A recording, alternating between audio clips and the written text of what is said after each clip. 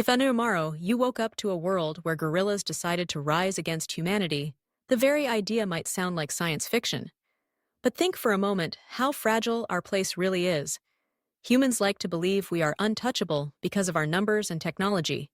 Yet history shows again and again that nature is stronger than our pride. Gorillas are not ordinary animals. They are our close cousins, sharing nearly 98% of our DNA. They are intelligent, social, emotional, and capable of strength beyond anything we can imagine. A full-grown silverback gorilla can weigh up to 180 kilograms or more and carry strength estimated to be 10 times that of the strongest human male. Their bite can crush bamboo.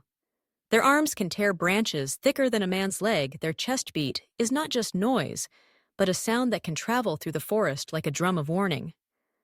Gorillas live mainly in the dense forests of Central Africa, and they are considered gentle giants, peaceful plant eaters who avoid conflict unless threatened. But what if something changed?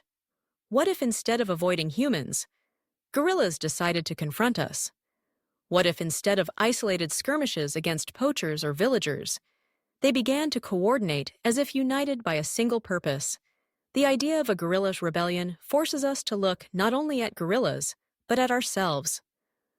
What would happen if the balance of power tipped even slightly in their favor? Gorillas live in groups called troops, usually led by a dominant silverback who makes decisions about movement, feeding spots, and defense. Their communication is surprisingly rich. They use vocalizations, body language, facial expressions, chest beats, and even subtle cues like eye contact. If their communication grew more complex, perhaps through necessity or environmental change, it is not hard to imagine them coordinating beyond a single troop. Now picture this scenario. Multiple troops coming together, hundreds of gorillas moving with purpose, the ground shaking under their collective weight, chest beats echoing in rhythm, as if an army is advancing. Humanity would face not just one gorilla, but many. And while humans may think of weapons and guns, history reminds us that technology does not always secure victory. Elephants destroy crops. Despite fences, locusts devastate farmlands. Despite pesticides, wolves, with far fewer numbers, control. Mountains full of prey. Nature adapts and resists human control. Imagine gorillas using their environment as a weapon. Forests thick and dark, where visibility drops to almost nothing. Soldiers with guns move cautiously, but gorillas climb above, swing, silently between branches, and ambush from angles. Humans cannot cover. A silverback charging at full speed can cross ground faster than a soldier can aim, and the impact of its strike could crush bones instantly. Gorillas are not predators. They do not need to hunt us, but their rebellion would not require killing. They could destroy our farms, flatten our crops, break our tools, block rivers, and cut off access to food in regions near their habitat. Even a small coordinated effort could starve thousands.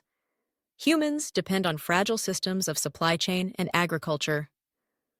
Gorillas depend only on the forest if they wanted to. They could make our survival near their territory almost impossible. Some might say numbers would save us. Humans are over 8 billion gorillas, are less than 200,000. Surely we would win, yet numbers alone. Mean little ants are countless, yet one careless step can wipe out millions.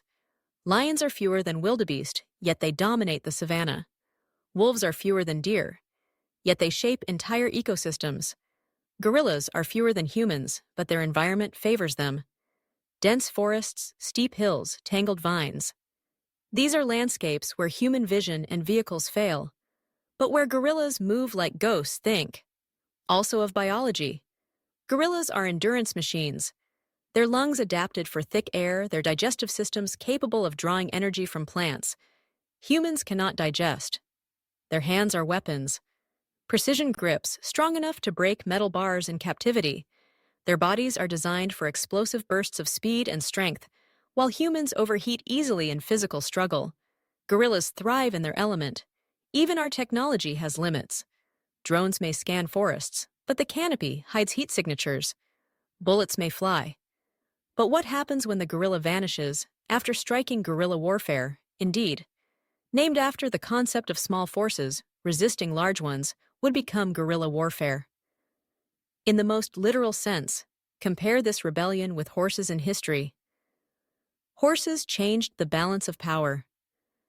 For humans, armies gained speed, power, shock, and intimidation. Yet horses were domesticated, forced into service. Their raw strength bent to human will, gorillas cannot be domesticated in such numbers. Their resistance to captivity is legendary. While a horse submits to a rider, a gorilla smashes its cage until the bars bend. Compare also to dolphins. Dolphins are intelligent, playful, social, and cooperative. Yet humans see them as allies. But what if dolphins turned against us? Sinking fishing boats, blocking nets, swarming divers. The ocean would no longer belong to us. Gorillas are like dolphins on land. Intelligent, social, but far stronger than us, and far less dependent on human kindness. Now picture the rebellion itself.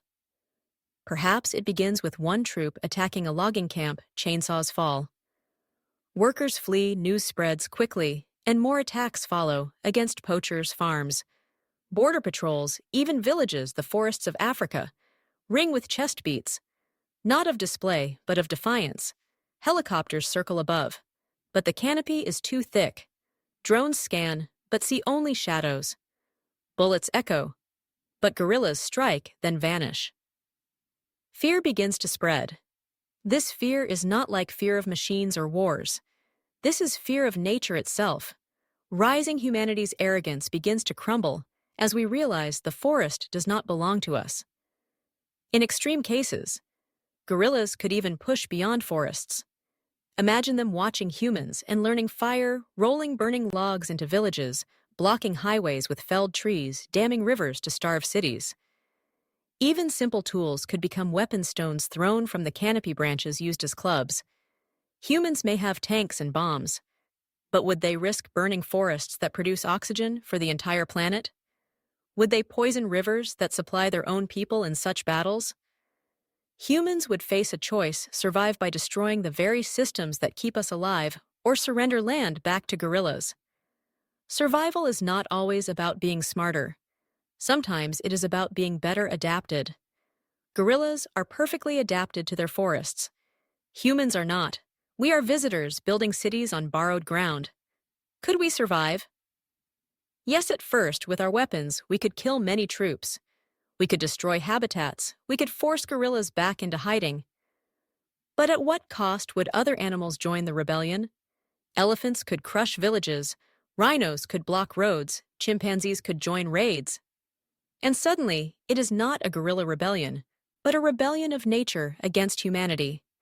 Gorillas would be the symbol, the flag of resistance, and humans would face their oldest fear.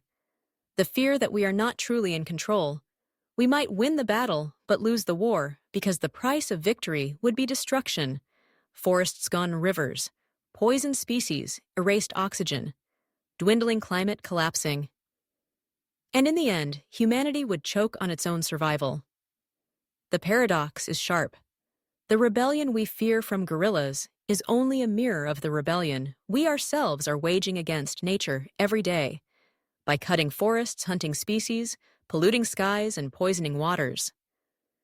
Gorillas rising would simply reflect back to us what we have already done to them. So could humanity survive a guerrilla rebellion? Perhaps. Yes. But survival would mean destroying the gorillas and their world, which is also our world. The deeper question then is not whether we could survive, but whether gorillas could survive our rebellion against them, and if they cannot, then maybe we cannot either.